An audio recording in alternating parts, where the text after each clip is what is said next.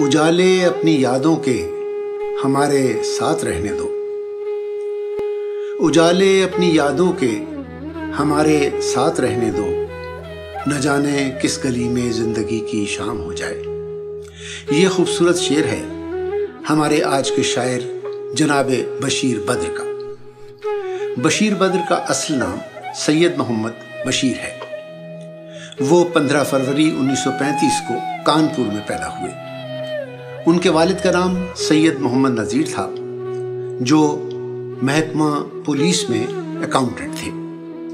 بشیر بدر نے 3 جماعت تک تعلیم حلیم مسلم کالج کانپور میں حاصل کی۔ اس کے بعد والد کا تبادلہ اٹاوا ہو گیا تو وہاں سے محمد صدیق اسلامیہ کالج سے ہائی اسکول کیا۔ ہائی اسکول کے بعد والد کا انتقال ہو گیا اور تعلیم کا سلسلہ منقطع کرنا پڑا۔ تب بشیر بدر کو چاروں ناچار پولیس کے محکمے میں 85 روپے ماہوار پر ملازمت کرنا پڑی۔ شاعری کا شوق بچپن ہی سے تھا۔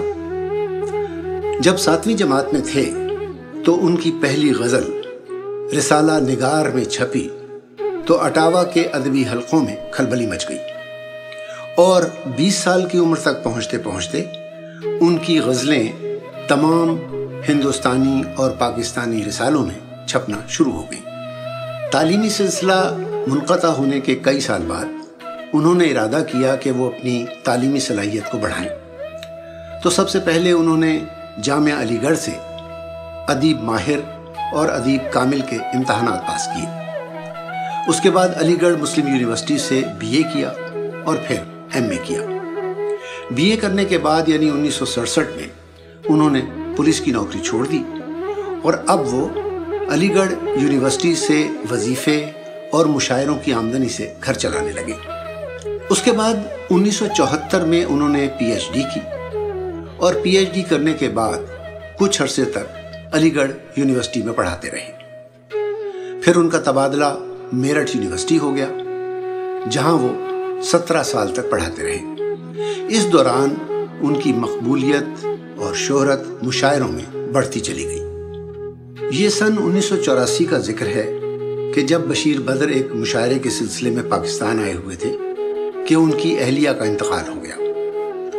اطلاع بر وقت نہ مل سکی، جس کی وجہ سے وہ تدفین میں نہیں پہنچے، اور کچھ مسلم اور غیر مسلم افراد جو کہ ان کے محلے دار تھے انہوں نے مل کر ان کی تدفین کی۔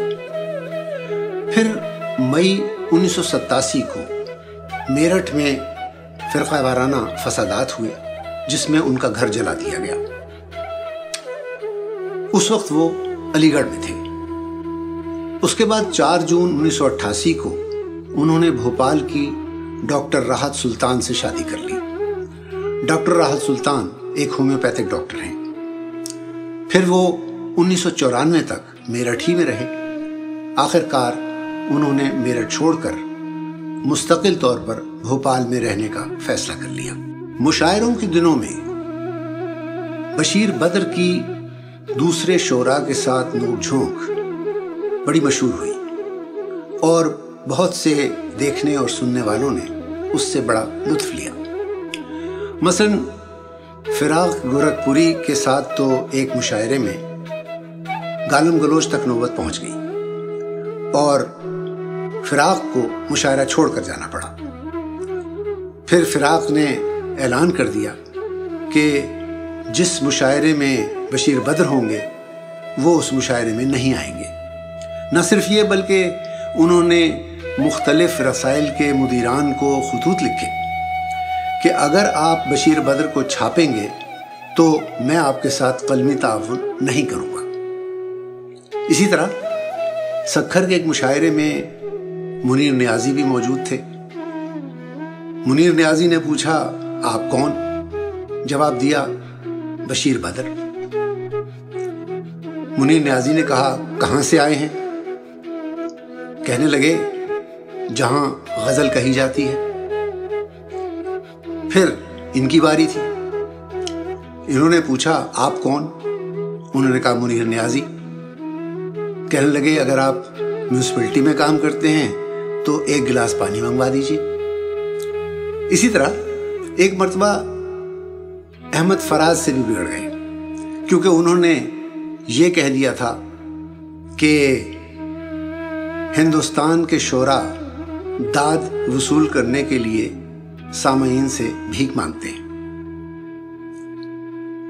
ایک اور مشاعرے میں سردار جعفری صدارت کر رہے تھے، تو جب یہ اپنی غزل پڑھنے لگے تو سردار جعفری کسی کام سے اٹھ کر جانے لگے، تو انہوں نے بڑے غصے سے کہا کہ آپ اس وقت زمین پر نہیں چل رہے بلکہ میری غزل کے سینے پر چل رہے ہیں۔ یہ سب باتیں ایک طرف، لیکن 1984 میں جب ان کا تیسرا مجموعہ کلام آمد شائع ہوا اور اس میں انہوں نے اپنے 2035 کے قارئین کے لیے ایک خط لکھا جس میں انہوں نے اپنی شاعری کے بارے میں بڑے بلند بانگ دعوے کیے، تو اس وقت ان کی یہ حرکت سنجیدہ قارئین کو پسند نہیں آئی۔ بشیر بدر نئی غزل کے تازہ بیان شاعر ہیں۔ اگر یہ کہا جائے کہ غیر اردو داں طبقے کے لیے غالب کے بعد سب سے زیادہ مقبول اور معروف شاعر بشیر بدر ہیں تو بیجا نہ ہوگا۔ ان کی غزلوں میں ایک نازک ڈرامائی کیفیت پائی جاتی ہے۔ حکومت ہند نے آپ کو 1999 میں پدم شری ایوارڈ سے نوازا۔ اس کے علاوہ ساہتیہ اکیڈمی اور مختلف ریاستی اکیڈمیوں نے آپ کو بہت سے اعزازات سے نوازا۔ آپ کے مجموعوں میں اکائی، امیج، آمد، آس، آسمان اور آہٹ وغیرہ شامل ہیں۔ اس کے علاوہ ان کی کلیات بھی شائع ہوئیں اور ایک مجموعہ کراچی سے شائع ہوا جس کا عنوان تھا کوئی شام گھر بھی رکھا کرو۔ ناظرین، عمر بڑھنے کے ساتھ ساتھ بشیر بدر کی یادداشت کمزور ہوتی چلی گئی اور رفتہ رفتہ وہ سب کچھ بھول گئے۔ اب یہ عالم ہے کہ وہ یہ بھی بھول چکے ہیں کہ کبھی ان کی موجودگی اور ان کی شرکت مشاعروں میں مشاعروں کی کامیابی کی ضمانت سمجھی جاتی تھی۔ آئیے ان کی ایک خوبصورت غزل سنیے۔ آنکھوں میں رہا دل میں اتر کر نہیں دیکھا، آنکھوں میں رہا دل میں اتر کر نہیں دیکھا، کشتی کے مسافر نے سمندر نہیں دیکھا۔ بے وقت اگر جاؤں گا سب چونک پڑیں گے، بے وقت اگر جاؤں گا سب چونک پڑیں گے، ایک عمر ہوئی دن میں کبھی گھر نہیں دیکھا۔ جس دن سے چلا ہوں میری منزل پہ نظر ہے، جس دن سے چلا ہوں میری منزل پہ نظر ہے، آنکھوں نے کبھی میل کا پتھر نہیں دیکھا۔